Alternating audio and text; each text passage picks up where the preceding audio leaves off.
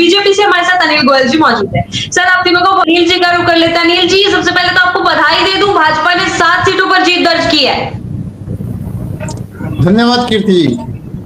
देखिए अनिल जी, भाजपा इस बार जो है पूरे दिल्ली में बिल्कुल मोड में है, एक्शन मोड में है, बिल्कुल साफ दिखाई दे रहा है। 7 सीटों पर जीत दर्ज कर ली है। पार्षद भी जो है अब, लेकिन देखिए विकास कार्यों को लेकर के क्या किया जाएगा, क्योंकि देखिए एमसीडी चुनाव में जो जनता है वो सिर्फ विकास कार्यों पर वोट देती है। और देखिए अगर इस बार विकास कार्य नहीं हुए तो कहीं ना कहीं फिर से जो है दिल्ली की जनता का रुख बदल सकता है।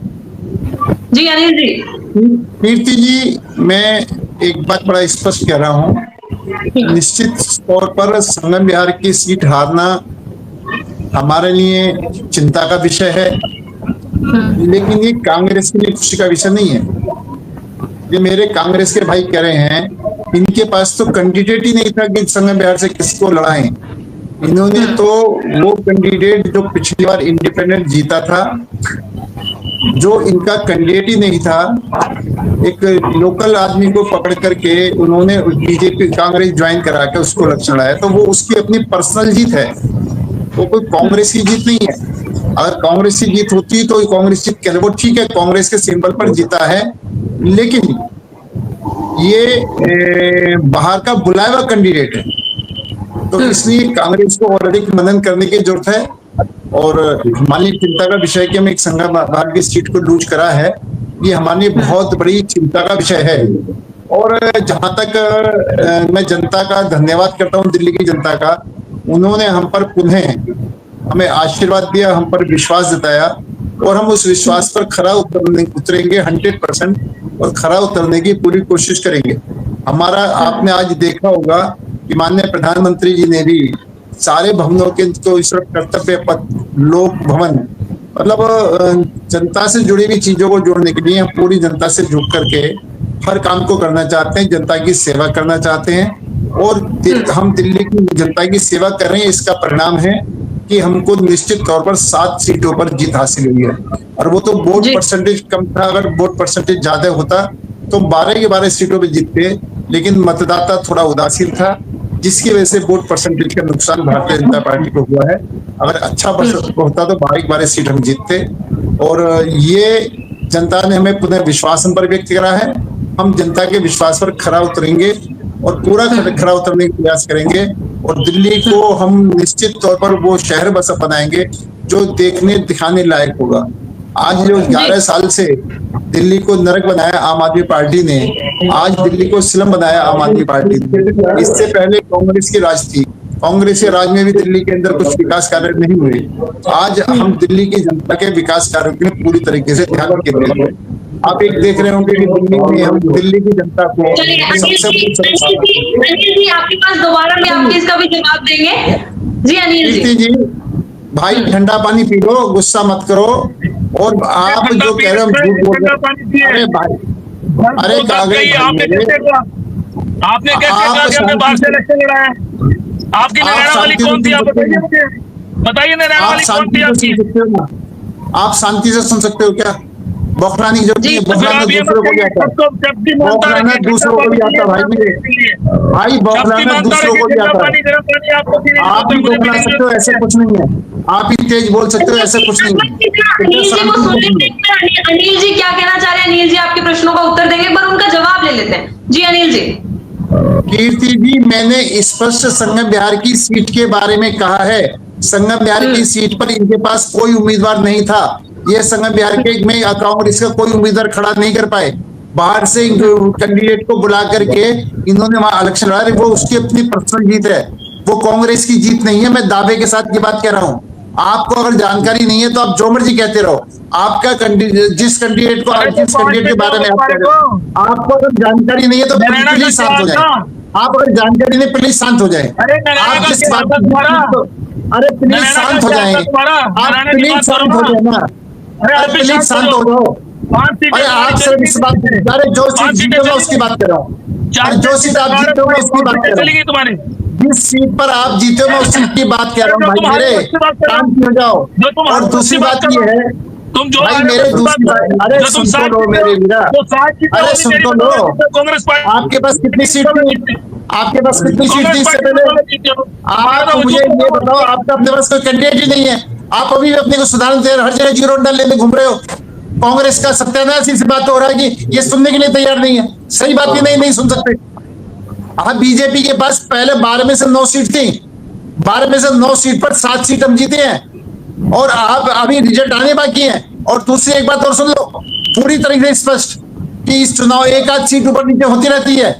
ये जनता ने बीजेपी को समर्थन करा है, जनता ने बहुसंख्यक बीजेपी को जिताया है, जनता ने बीजेपी विश्वास पैदा करा है। आप जो मर्जी कहते हो सबको फर्क नहीं पड़ने वाला। शर्म तो आप लोगों को आनी चाहिए। आपके पास अपने पास कैंडिडेट नहीं है, कैंडिडेट आपके पास अपने पास नहीं है, शर्म आप लोगों को आनी चाहिए। आप लोग चुल्लू और पानी में डूब मरे हर जगह। आप 95 सीट हारते हैं, 95 चले दिल्ली एमसीडी 96 चुनाव है, हारने का शतक लगाने जा रहे हो। आज जो पार्टी हारने का शतक लगाने जा रही है वो पार्टी बोले, वो पार्टी सही से बोले। आप 96 बार हारे, 96 बार 96 बार 95 बार 96 बार हारे, चार हार और बाकी हैं। आप हारने की सेंचुरी लगाने वाले हो। जो अरे भ्रष्टाचार, जो भ्रष्टाचारी वो ये बात करें। अनिल जी आपके पास आऊंगी, एक बार अनवर जी से बात कर लेते हो। देखिए अनवर जी, वोट चोर गद्दी छोड़ का आप नारा लगा रहे हैं। देखिए बात सुनिए, एक बार डिबेट चल रही है, बिल्कुल हम बातचीत करने के लिए बैठे हैं। एक बार अनिल जी को अपनी पूरी बात रखने दीजिए, फिर मैं आपका भी रुख करूंगी। आप जो बोलेंगे आपकी भी बात को सराहा जाएगा, आप जो बात बोलेंगे वो भी रखेंगे। तो एक बार देखिए अनिल जी जो अपनी बातें रखें। हाँ जी जी, एक बात का जवाब और देना चाहूंगा। इन्होंने महिलाओं को पेंशन की बात करी, बड़े दमदार तरीके से बात करी, बड़ी अच्छी बात थी। लेकिन अपने ग्रामीण छाव में हिमाचल प्रदेश में आज तक नहीं दे पाए। हिमाचल प्रदेश में जो वायदा करके आए थे ये आज तक नहीं दे पाए। अपने ग्रामीण जाके दिल्ली में बीजेपी तो देगी, बहुत जल्दी देगी, लेकिन हिमाचल में तो कितने साल हो गए अभी तक आप हिमाचल में वायदा पूरा नहीं कर पाए हो। अपने ग्रामीण में झांक नहीं रहे हो, दूसरे की रोटी देख रहे हो कि उसकी रोटी में घी ज्यादा क्यों है। आप अपने ग्रामीण में झांको। अनवर जी आपकी तरफ भी रुख करूंगी, आपकी हंसी का भी राज जानूंगी। तो एक बार अनिल जी की बात सुन लेती हूँ। जी अनिल जी क्या कहना चाह रहे हैं? अपने जो विश्लेषक हैं, जो यहाँ पे शायद अनुज जी नाम है, मैं रणवीर जी मैं इनकी एक एक बात से सहमत हूँ और मैं निश्चित तौर पर इनकी बात का जवाब देना चाहूंगा। अभी दिल्ली के अंदर पानी की बहुत बड़ी समस्या है। दिल्ली में पानी लेने के लिए हमने उत्तर प्रदेश से समझौता करा है कि उत्तर प्रदेश को 150 MGD पानी हम यहाँ से सीवर का पानी साफ करके उनको देंगे। उसके बदले में 150 MGD पानी हम गंगा नदी का दिल्ली से ले रहे हैं, यूपी से ले रहे हैं और वो दिल्ली को देंगे और बहुत जल्दी दिल्ली में पानी की समस्या का समाधान करेंगे। ये बिल्कुल ठीक बात है कि सरकार हमारी है, जिम्मेदारी हमारी है और उस जिम्मेदारी को ठीक करने की जवाबदेही भी हमारी। अभी सरकार बने हुए सिर्फ हमें 8 या 9 महीने हुए हैं, हमने उस पर काम शुरू कर दिया है। सड़कें बननी पूरी तेजी से चालू हो गई हैं। ट्रांसपोर्ट की समस्या है, ट्रांसपोर्ट में हमने छोटी नई इलेक्ट्रिक बसों को लगाया है जिससे प्रदूषण को भी मुक्ति मिल रही है और छोटी छोटी कॉलोनियों में भी बसों की सुविधा मिल रही है जिससे ट्रांसपोर्ट अधिक से अधिक पब्लिक ट्रांसपोर्ट मिलेगा तो लोग पर्सनल ट्रांसपोर्ट कम यूज करेंगे, प्रदूषण में भी इजाफा होगा, ट्रैफिक जाम में भी इजाफा होगा। हम बिल्कुल योजनाबद्ध तरीके से दिल्ली को लेकर के चल रहे हैं, योजनाबद्ध तरीके से इस काम को कर रहे हैं। लेकिन मेरे भाई ने प्रदूषण का, कांग्रेस के प्रवक्ता ने प्रदूषण का मामला उठाया। मुझे बड़ा अफसोस है कि इससे पहले 8-9 महीने से पहले आम आदमी की पार्टी सरकार थी जो कांग्रेस के गठबंधन में शामिल थी। ये कांग्रेस के गठबंधन ने अगर प्रदूषण दिया है तो कांग्रेस की गठबंधन सरकार ने दिया है और हम उस प्रदूषण से मुक्ति पाने के लिए लगातार प्रयास कर रहे हैं और लगातार प्रदूषण में पिछले सालों के मुकाबले पर कमी है। आज मैं मानता हूं प्रदूषण है, इसको और ठीक होने की जरूरत है और कम होने की जरूरत है। मैं प्रदूषण के मतलब प्रदूषण मुक्त दिल्ली नहीं है, प्रदूषण नहीं। मैं आपकी बात से सहमत हूं और मैं उसी बात का आपको जवाब दे रहा हूं। पहली बात, पानी की समस्या आपने बताई। पानी के लिए मैंने आपको बताया कि ओखला ट्रीटमेंट प्लांट से हम 150 MGD सीवरेज का साफ हुआ पानी यूपी को दे रहे हैं और यूपी से उसके बदले में 150 MGD पानी ले रहे हैं। इस योजना पर लगभग फाइनल हो गया है और बहुत जल्दी दिल्ली में पानी की समस्या का समाधान होगा। हम योजनाबद्ध से पानी की समस्या को लेकर के चल रहे हैं। जहां तक सड़कों का सवाल है, निश्चित कहना चाहूंगा मेरे भाई का, मेरे भाई ने गुस्से में सही मायनों में कुछ सोच ही नहीं रहे हैं। आप ऊपर पट्टी बांध करके जो मर्जी बोल रहे हैं। आपने देखिए जो आपने चार्ट दिखाया है, उस चार्ट में दिखा रहे हो 12 सीट 7 पर बीजेपी आगे है, 1 पर कांग्रेस आगे है, 3 पर आम आदमी आगे है, 1 पर अदर्स आगे है। ये दिखा, अब ये इसको पढ़ रहे हैं कि आम आदमी के आम आदमी प्रवक्ता है, तो ये बीजेपी आप दिखा रहे जी, आपकी आवाज हम तक सही तरीके से नहीं पहुंच पा रही है, आप नेटवर्क का थोड़ा इशू आ रहा है, तो आपकी आवाज हम तक पूरी क्लियर नहीं पहुंच पा रही, इसलिए मैं अनिल जी का रुख कर रही हूँ। अनिल जी बोलिए। अनिल जी। कीर्ति जी, मैं ये कह रहा हूं कि मेरे भाई गुस्से में इतने ज्यादा हैं कि कुछ नहीं देख पा रहे हैं। नीचे चार्ट बना हुआ है जिसमें लिखा हुआ है दिल्ली में 12 की 12 सीट पर चुनाव हुए, जिसमें बीजेपी 7 पर आगे है, कांग्रेस 1 पर है, आम आदमी 3 पर, अदर्स 1, और उनको वो दिखाई दे रहे प्रवक्ता। जैसे आप क्या बीजेपी रहते हैं तो आपको बीजेपी प्रवक्ता दिखाई दे रहे होंगे, और वो विश्लेषक जो है वो बेचारे विश्लेषक रणवीर जी कर रहे हैं, उनको आम आदमी प्रवक्ता दिखाई दे रहे हैं। यानी गुस्से में इतने हो चुके हैं कि कोई दिखाई नहीं दे रहा। मैं डिबेट में बैठा हूँ, क्या बोल रहा हूँ क्या नहीं बोल रहा हूँ, जो मर्जी बोल रहे हैं। दूसरी बात, इन्होंने एक बात की, प्रदूषण की बात कही। प्रदूषण में एक विषय है यमुना नदी का। निश्चित तौर पर आज भी यमुना नदी गंदी है, पहले भी यमुना नदी गंदी थी, लेकिन हम ये बात दावे के साथ कह सकते हैं कि आम आदमी पार्टी के टाइम में जो हम यमुना नदी थी उसके मुकाबले पर कुछ परसेंटेज यमुना नदी में सुधार हुआ है, और अधिक सुधार होने की आवश्यकता है।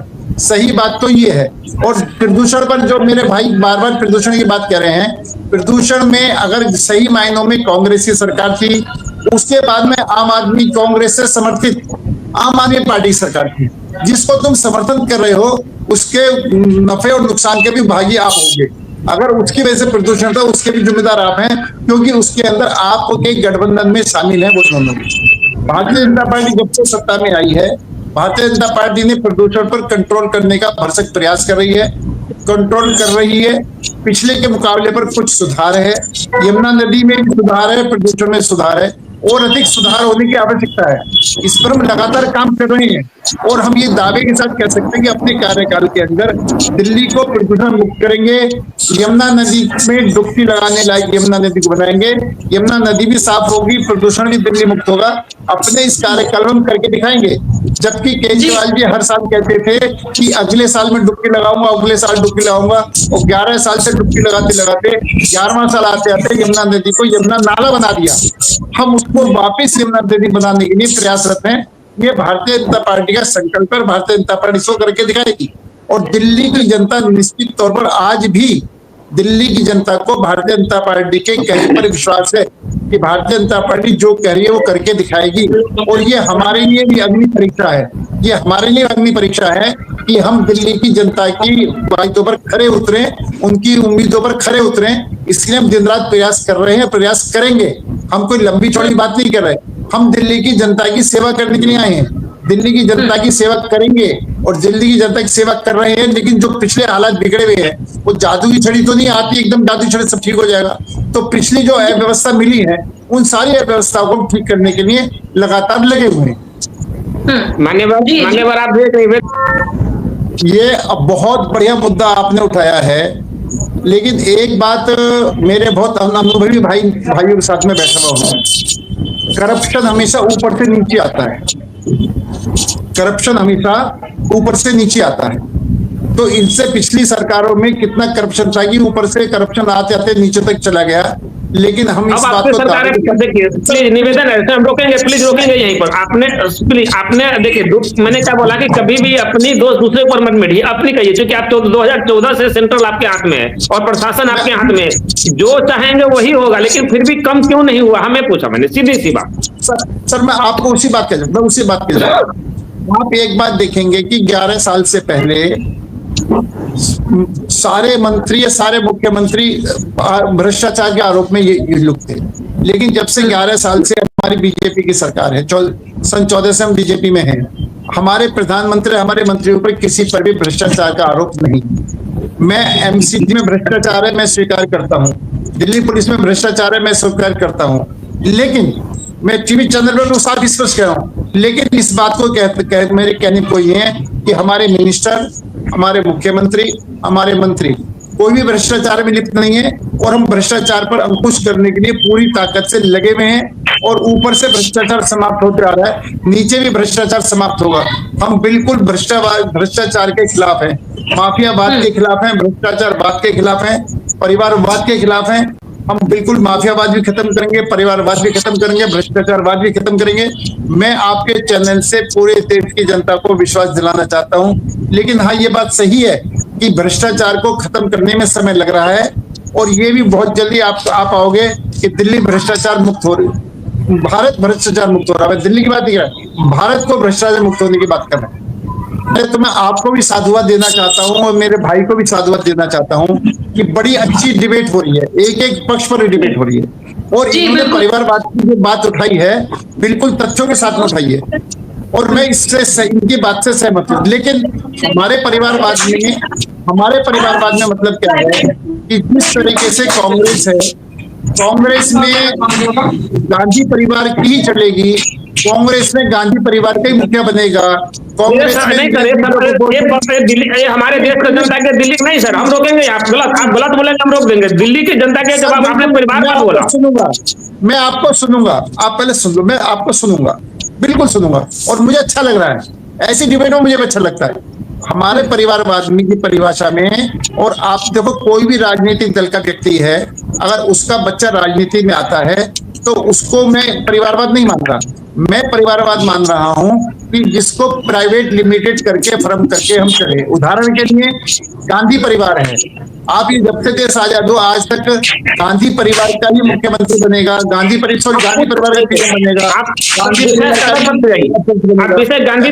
गांधी परिवार जो सुनिए, मैं रोक रहा हूँ प्लीज, निवेदन है प्लीज, आप रोक देंगे, आगे बोलिए। मैं सुनूंगा, आप पहले जवाब तो सुन लो जी। आप बिल्कुल, अब जिस तरीके से उत्तर प्रदेश के अंदर है, मुलायम सिंह यादव, अखिलेश यादव, उनके भतीजे, उनकी पुत्रवधू, वो सभी राजनीति में रहेंगे, बाकी यादव नहीं है, बाकी पार्टी में कार्यकर्ता नहीं है।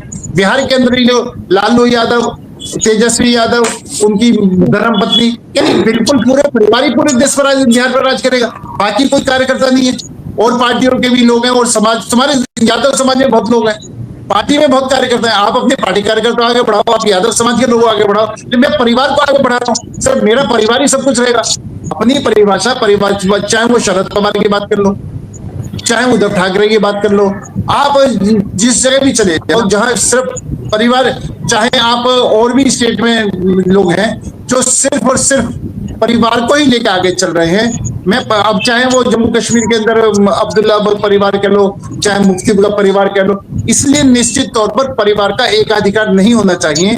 परिवार का कोई आदमी अगर राजनीति में है और उनके बेटा अगर राजनीति कर रहा है, वो योग्य है, तो उसको आने में किसी को रोक नहीं है। लेकिन ये पार्टी मेरी प्राइवेट लिमिटेड पार्टी है, मैं प्राइवेट लिमिटेड पार्टी को प्राइवेट लिमिटेड फर्म में अनुसार चलाऊंगा, ये मेरे परिवार की खरीदी पार्टी है, तो वो राजनीतिक दल नहीं हो सकते।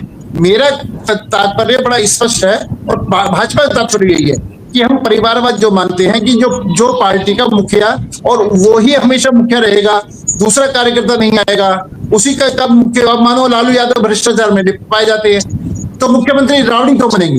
आप अपनी पार्टी के किसी को बना दो, किसको मना करिए, लेकिन माफ कीजिएगा, यहाँ वो लोग भी बैठे हैं, सर प्लीज आप माफ कीजिएगा, कुछ और लोग भी बैठे हैं, लेकिन सवाल आप कैसे, सर प्लीज बताना चाह रहे हैं, आपके सवालों का जवाब देने के लिए अनिल जी हमारे सामने मौजूद है। बिल्कुल, मैं तो पुनः धन्यवाद कर रहा हूँ कि बहुत सार्थक चर्चा हो रही है, बहुत सार्थक चर्चा हो रही है। आप मुझे बताएं, मैं अपने परिवार की गारंटी ले सकता हूँ, मैं अपनी पार्टी गारंटी ले सकता हूँ, जो मेरे गठबंधन में शामिल हैं, बाकी दल जो मेरे गठबंधन में शामिल, उनकी अपनी नीति है, उनकी अपनी पॉलिसी है, वो ठीक है कि वो हमारे सर प्लीज वो हमारे साथ हैं, वो हमारी नीतियों पर विश्वास करके हमारे साथ चल रहे हैं।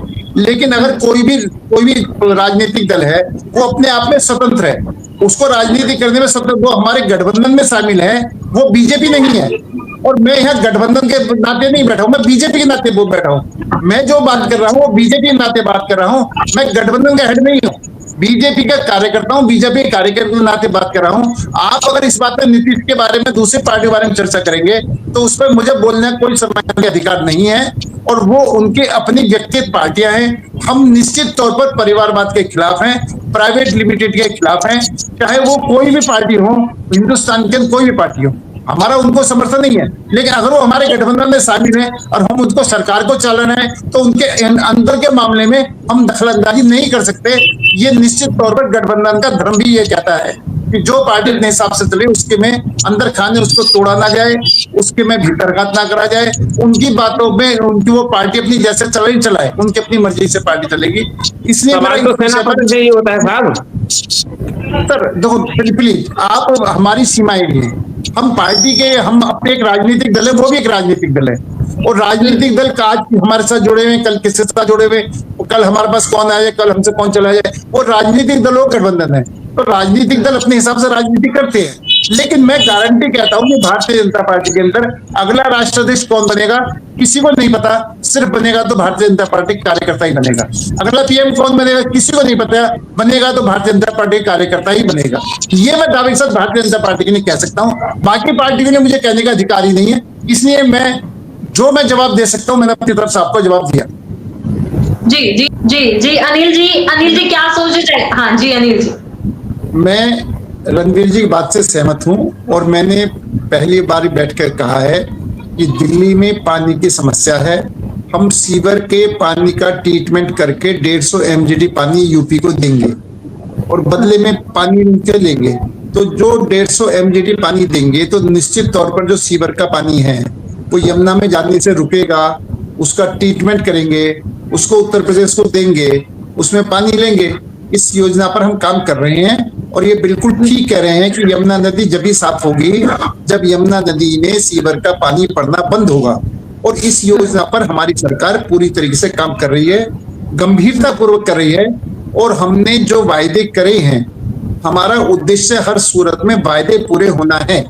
वो निश्चित तौर पर जो समय लगेगा, वो योजना बनाना, प्लानिंग करना, उसको पास करवाना, दूसरे राज्य से सहमति बनाना, उस पर वर्किंग करना समय लगेगा, लेकिन हम उस पर बिल्कुल हम समयबद्ध अनुसार तेजी से काम को कर रहे हैं। हमको ये पता है प्रदूषण रोकना है, तो प्रदूषण रोकने में भी यमुना नदी का साफ होना भी बहुत जरूरी है। दोनों पक्ष हमारे लिए बिल्कुल प्रश्न इशू हैं, हमारे लिए चैलेंज है। हम उस चैलेंज को स्वीकार करके दिल्ली में काम कर रहे हैं, और हम बिल्कुल अच्छी तरह जानते हैं कि दिल्ली की जनता झूठे वायदों पर कभी विश्वास नहीं करेगी, काम पर विश्वास करेगी, और उस काम पर हम पूरी तरीके से लगे हुए हैं। और भगवान ने चाही तो हम आपको दिन प्रतिदिन या महीने 2 महीने हर बाद आपको कोई ना कोई प्रोग्रेस दिखाई देगी कि निश्चित तौर पर चाहे यमुना नदी के साफ करने का मामला हो, चाहे प्रदूषण का मामला हो, चाहे टूटी फूटी सड़कों का मामला हो, चाहे सड़कों बहता सीवर का मामला हो, चाहे टूटी हुई नालियों का मामला हो, विकास की बहुत अधिक आवश्यकता है। और हमारी सरकार पूरी तरीके से विकास पर कटिबद्ध होकर के काम को कर रही है। अनिल जी मैं आपको रोकूंगा प्लीज, ये हमारा सौभाग्य है कि आज के दिन दिल्ली में निगम में भी हमें, दिल्ली सरकार में हमें, केंद्र सरकार में हमें, इसलिए जहां हमारा सौभाग्य वहां हमारी जिम्मेदारी भी बड़ी हो जाती है कि अब हम किसी पर आरोप नहीं लगा सकते, भाई वो काम नहीं करने देता। वो जिम्मेदारी भी हमें का एहसास है। अगर जनता ने हमें आशीर्वाद दिया है तो उस जिम्मेदारी के साथ एहसास दिया है कि हमारे पर जिम्मेदारी और अधिक बढ़ गई है, और अधिक जिम्मेदारी पूर्वक हमको दिल्ली की जनता की सेवा करनी पड़ेगी। बिल्कुल आप ठीक कह रहे हो। मैं आपको एक highway express road Delhi to Meerut outer, देखो सबसे बड़ी बात क्या है कि गाड़ियां बढ़ेंगी, आज की आवश्यकता है, जनसंख्या बढ़ेगी तो गाड़ियां भी बढ़ेंगी। अब उसका जो रास्ता है वो सिर्फ ये है कि हमें उतने साधन बढ़ाने पड़ेंगे, उतनी सड़कों को चौड़ा करना पड़ेगा, उतने नए नए रास्ते निकालने पड़ेंगे। और आप ये देखो, जब हम केंद्र में हम थे और दिल्ली में बेशक केजरीवाल की सरकार थी, तो भी हमने मेरठ हाईवे बनाया, द्वारका हाईवे बनाया, कुंडली मानेसर रोड बनाया। हम फिर भी दिल्ली को स्वच्छ बनाने के लिए दिल्ली के चारों तरफ हाईवे बना करके हमने कोशिश करी कि दिल्ली में प्रदूषण को कम से रोका जा सके। आज हमारी सरकार है, आज हमारे पास दिल्ली के अंदर भी चौड़ी सड़कें करने में कोई दिक्कत नहीं है, एमसीडी में हमें दिल्ली में सड़कें चौड़ी करने में कोई दिक्कत नहीं है, आउटर रिंग रोड बनाने में कोई दिक्कत नहीं है। और मैं आपको मैं ये भी बता दूं, निश्चित तौर पर आउटर रिंग रोड पर भी हमारा काम चल रहा है, और कई ऐसी रोड है जिनको दिल्ली का ट्रैफिक जिनको बाहर निकलना है वो बाहर से बाहर निकले, दिल्ली के अंदर ना पड़े, कम से कम दिल्ली के अंदर ट्रैफिक को बढ़ा जाए, जिसको बाहर से जो बाहर से निकल जाए। तो इस सब पर पूरी प्लानिंग से काम चल रहा है। निश्चित अब मैं हर बात को टीवी पर नहीं बता सकता, लेकिन एक एक गली, एक एक मोहल्ला, एक एक विधानसभा की ट्रैफिक को किस तरीके से ठीक करा जाए, इस पर हमारी सरकार पूरी तरीके से लगी हुई है। इस तरीके मतलब जिसको हम कहते हैं युद्ध स्तर पर लगी हुई है। अब मैं एक एक बात को, बहुत लंबा समय लग जाएगा कि ना उस बात का कोई वो है कि किन किन चीजों पर माइक्रो से माइक्रो लेवल पर काम कर रहे हैं। ये वाकई में समस्या है, ये वाकई में हमारे लिए चैलेंज है। दिल्ली के अंदर ट्रैफिक भी चैलेंज है, दिल्ली के अंदर प्रदूषण भी ट्रैफिक चैलेंज है, दिल्ली के अंदर यमुना नदी भी चैलेंज है, और बाकी तो चैलेंज है, लेकिन ये भी बहुत बड़े चैलेंज है। हम इन सब चैलेंजों पर बहुत तेजी से, शक्तिपूर्वक, योजनाबद्ध तरीके से चल रहे हैं। टेम्परेरी तरीके से नहीं चल रहे, योजनाबद्ध तरीके से, जिससे इस समस्या का समाधान हो सके। नहीं, मैं तो रणवीर जी की बात से सहमत हूँ, और आज के आपके चैनल पे डिबेट में भी मुझको पॉजिटिव डिबेट दिखाई दी है, और मैं इस बात का भी आग्रह जरूर है कि जो भी प्रवक्ता, किसी भी पार्टी के प्रवक्ता हो, नेता हो, वो अपना पक्ष रखें, मजबूती से पक्ष रखें, अपनी बात पक्ष रखें। लेकिन निश्चित तौर पर जो रणवीर जी ने कहा कि हमको अपनी बात कहने का तो हक है, दूसरी बात को तथ्यों के आधार पर काटने का भी हक है, लेकिन अनगढ़ आरोप लगा करके हम डिबेट को, सही मायने में डिबेट को भी खराब करते हैं और चैनल की रेपुटेशन को भी खराब करते हैं। तो मैं रणवीर जी की बात से भी सहमत हूँ, और निश्चित तौर पर जो वोट चोरी का मामला है, तो वो आप हार जिन कारणों से रहे हो उनका मनन नहीं कर रहे हो, और आप हारने के मतलब, जिसको एक कहावत है कि नाचना ना जाने आंगन टेढ़ा, यानी आपको जनता के बीच में जनता के मुद्दे नहीं ढूंढ रहे, जनता के मुद्दों पर बात नहीं उठा रहे, आप अपने नाकामयाबी को दूसरे के ऊपर उठा रहे हैं। और मैं बिल्कुल सहमत हूँ, मोदी जी हटे मुद्दा नहीं है, देश का विकास कैसे हो मुद्दा ये है। मुद्दा ये नहीं है कि आप मोदी जी को गाली दो या हम किसी को भी गाली दे, वो मुद्दा नहीं है। जनता को इस बात से कोई मतलब नहीं है मोदी जी से पीएम बन रहे हैं या कोई और दूसरा पीएम बन रहा है। उनको मतलब मेरी समस्या का समाधान कैसे हो, मेरे बच्चों का भविष्य कैसे सुरक्षित हो, देश कैसे सुरक्षित हो। देश की जनता की सोच यही है, और जो भी राजनीतिक दल हैं इस नब्ज को पकड़ेंगे वही निश्चित तौर पर आगे बढ़ेंगे। कमियां सब जगह रहती हैं, मैं ये नहीं कहता भारतीय जनता पार्टी 100% ठीक है, कमी कोई ना कोई भारतीय जनता पार्टी के अंदर मिलेगी, लेकिन हम जनता की भावनाओं को देख के जनता की बात करेंगे तो जनता हमको हमेशा स्वीकार करेगी।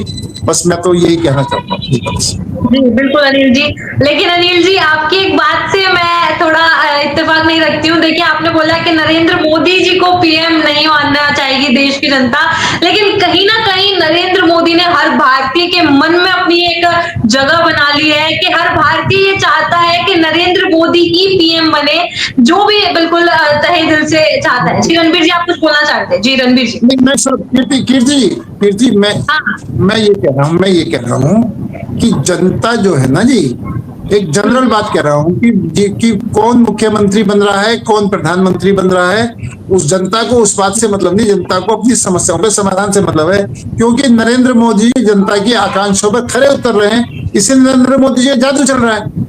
नरेंद्र मोदी जी को जनता क्यों चाह रही है कि नरेंद्र मोदी जी जनता की आकांक्षाओं पर खरा उतर रहे हैं। इसलिए मैं रणवीर जी की बात से सहमत हूं कि ये किसको हटाना किसको बैठाना ये मुद्दा नहीं हो सकता। मुद्दा हो सकता है कि देश का विकास, हमारे बच्चों का विकास, देश का भविष्य है, वो मुद्दा हो सकता है जिस मुद्दे को बनाने में विपक्षी दल कामयाब नहीं हो पाए। आप जीतने हारने की समस्या को देख रहे हो, हम तो उस एंगल पे देख रहे हैं कि आपने कई बार हमारे शीर्ष नेतृत्व के द्वारा सुना होगा, हमारे शीर्ष सेनापतियों के द्वारा सुना होगा कि भारत को दो तरफ से झगड़ा डर नहीं, 2.5 जगह से डर है, 2.5 जगह से खतरा है। 2.5 जगह से खतरा मतलब यह है कि जहाँ एक तरफ मानो चीन से खतरा है, एक तरफ मानो पाकिस्तान से खतरा, एक तरफ मानो हिंदुस्तान के अंदर रहने वाले जो घुसपैठी हैं वो भी हमारे लिए बहुत खतरा है, और उनको हम हिंदुस्तान के स्तर पर मान रहे हैं। और आप ये देख रहे हो उस पर भी हम मुस्तैदी से पूरे विपक्ष के विरोध के बावजूद भी हम उस पर लगे हुए हैं। एसआईआर उसका एक महत्वपूर्ण मुद्दा है, और एसआईआर का परिणाम आपने ये देखा होगा कि बंगाल से बांग्लादेशी भागने के लिए रेलवे स्टेशन अपने आप ही भाग रहे हैं, हमें भगाने नहीं पड़ रहे, वो अपने आप ही भाग रहे। दिल्ली में नहीं हो रहा है, सॉरी, वो बंगाल में हो रहा है, दिल्ली में नहीं। मैं देखो, चीजों का जब ठीक होने में समय लगे, ऊपर से नीचे तक चीजें आएंगी ना जी, तो वो भी जाएंगे तो बॉर्डर भी। आप निश्चित तौर पर चिंता ना करें, आपकी बिल्कुल एक अच्छे नागरिक निवेदन है, एक आपसे निवेदन है, मेरा फोन बंद होने वाला है, इससे हो सके तो हम साइड हो जाएंगे, प्लीज क्षमा प्रार्थी, मेरा फोन बंद होने वाला है अब। मैं एक सेकंड बस, मैं आप जैसे देश के हित में सोचने वाले लोग हैं, इसके लिए आप मतलब सही मायनों में जिसको ये कहेंगे मतलब आपको क्या मैं शब्द नहीं मिल पा रहा है, मतलब बधाई के पात्र है, आप बधाई के पात्र हैं, और आप देश की चिंता कर रहे हैं। भारतीय जनता पार्टी इस पर चिंता करेगी और इसका परिणाम सुखद होगा। मैं अपनी यही कहना चाहूँ। जनता के हित में काम करिए, इस वक्त देख रहे हैं। जी जी जी, बिल्कुल अनिल जी, आपने बिल्कुल सही बात बोली। देश की